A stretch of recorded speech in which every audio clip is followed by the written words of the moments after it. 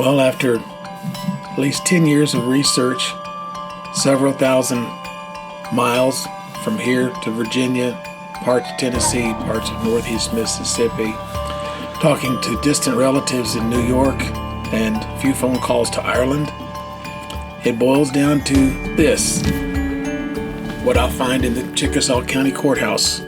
Did my great-great-grandfather live here?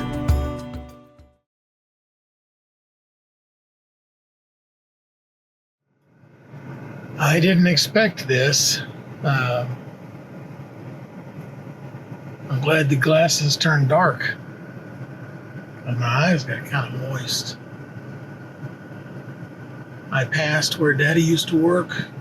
Well, the street that would have gone down there, I almost didn't recognize it.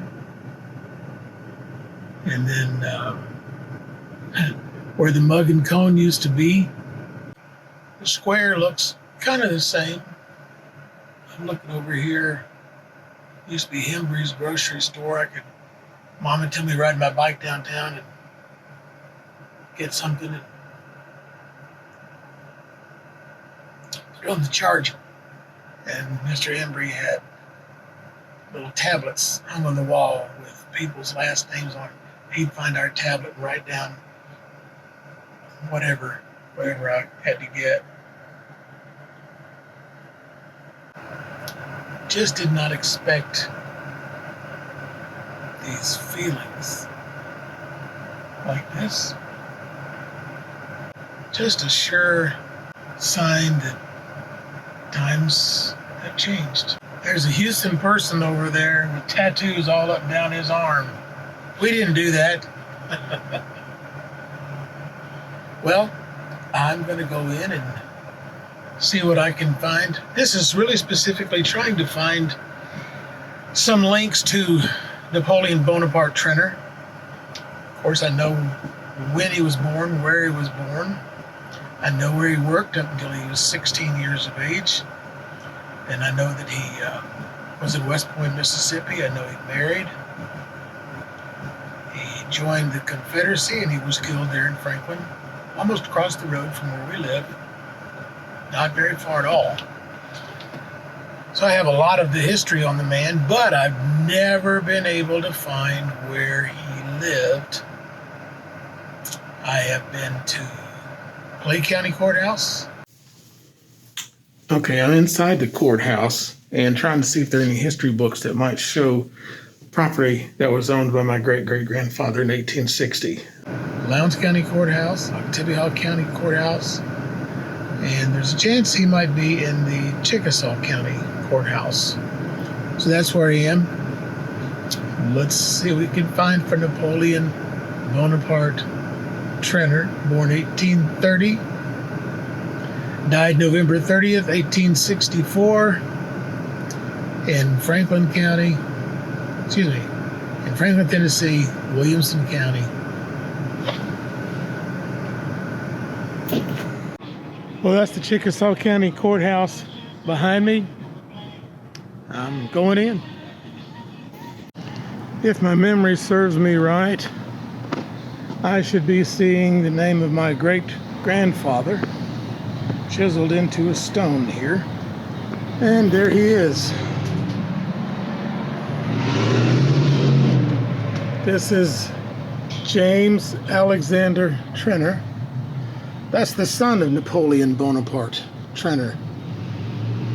And that would be my great-grandfather.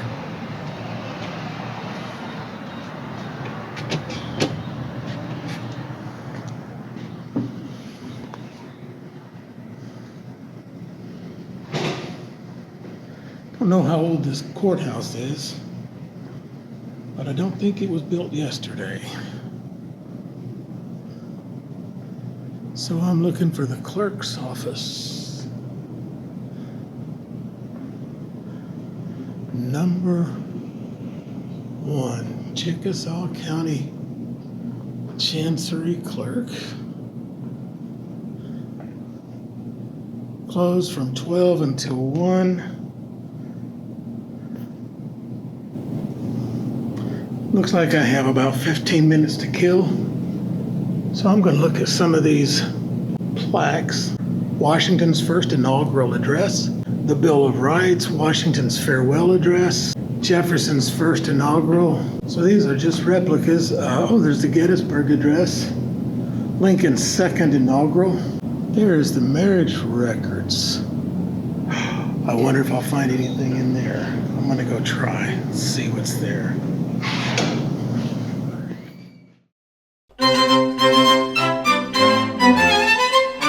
When I got to this office, things got a little emotional for me. I was a little all over the place. I didn't quite understand what I would find here. The people were incredibly helpful. I asked, can I find old marriage records in here? And they said, well, sure. Yeah, I found my grandfather and my grandmother's marriage records. And it was dated August 20th, looks like 1920. It had James L. Treader and Miss Cornelia Holt. So I found that one. And I found my grandfather's brother, Uncle Charles Odie, married to Lizzie Kate Brown. And that was December the 4th in 1920. My uncle, Uncle James Lewis and Aunt Tilly. I have their marriage records. And there's another one here. This is my mom and dad. And that was, looks like December, certificate on record, December 1st, 1951. Now, it really made that interesting going in that room. There was the gal working there. When I said my last name, Trenner, I said, yeah, did you know Elaine Trenner? And I was sure. So then next thing you know, everybody in the room knew Elaine Trenner. That was my cousin Michelle. That was Michelle's mother, who just passed away a couple of years ago. And then there was a man standing there, a big, tall, black fella. I can't remember his name. But when I said my last name, Trenner, he asked, well, did you know the Trenners out in Buena Vista? And I said, well, yeah. And he said, I used to work on that plantation. That kind of took me back. I thought, when did they call those farms a plantation? That would have been way before his time. But every time he referred to the farms out there in Buena Vista and Treblock, he would talk about those plantations. Like me, he remembered the cotton picking, and which I did a few times. I'm not a very good cotton picker, I'll tell you right now. I was just a little kid. But still, at the end of the day, we'd crawl on the back of those hay wagons and ride them all the way from Buena Vista to Treblock, take them to the cotton gin. And he knew my dad's name. I felt like I had just come home. Can I describe the feelings? So from this room, I'm going to go back to the clerk's office and see what I can find out there.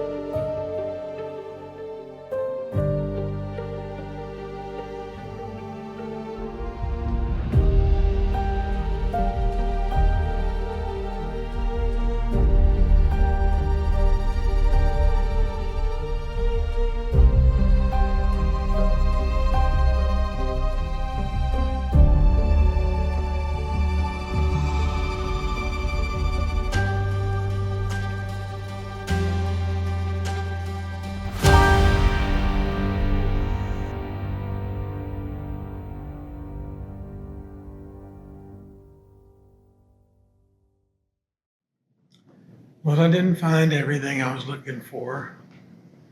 And poor great-great-grandfather, Napoleon Bonaparte Trenner. Well, I found information about his son, the one that's on this cornerstone here. But I didn't find everything.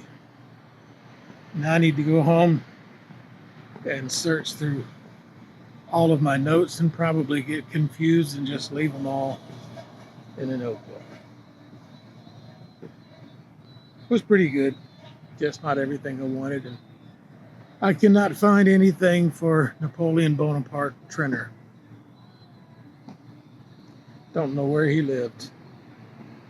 Someone suggested that just because the census said his estate was valued at $400 doesn't mean he owned land. It meant his estate. So it could have been property. It could have been the balance of the equity in the printing press. So I'm tired. I'm done. But right across from me is where the old theater used to be. Daddy used to give me 25 cents to get, we called it the show. He didn't say going to the movies, say we're going to go to the show. 25 cents would get us a double feature and a cartoon. And if he was feeling real generous or had an extra quarter, he'd give me another quarter. I think a Coke was a dime, popcorn was a dime, and candy bar was a nickel. Life in the 60s, small town Mississippi.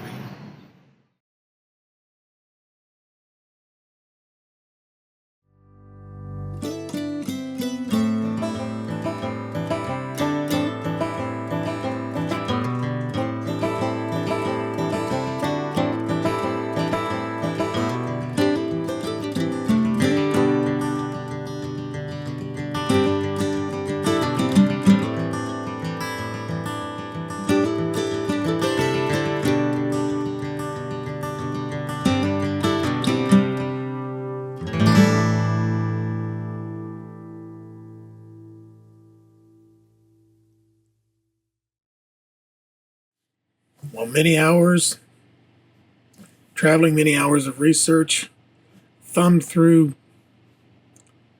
hundreds of pages, maybe thousands. And I did not find his property, but I'm not going to give up. I'm just done for now. Why am I doing this? Well, I'd kind of like to know why his grandfather came from Ireland.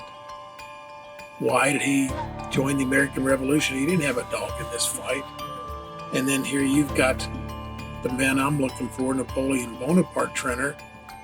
He didn't have a dog in the fight for the Civil War, yet he joined it. Only lived 34 years. And then he was killed right across the road from where we live in Franklin, Tennessee. He left a wife. He had a surviving son, James Alexander. That's the one who has his name on the courthouse. My research showed up information for Alexander, James Alexander. Can't find anything on Napoleon Bonaparte. Just like to know where he lived. So I'm kind of done for now. I'm going to do one more episode from Davis Lake State Park. And I'm going to tell the whole story. I'm going to try to recite the whole story, everything I know about our family in the United States of America, starting in 1775. Try to bring it up to date. And I'm going to show you some gorgeous pictures of Davis Lake. It's a beautiful place to stay. So that's it for now. If you watch this, thanks. I appreciate it. I guess it's mostly for my family. Just trying to archive our family. So I hope to see you on the road sometime. And then you see your mama. Tell your mama and them I said hey.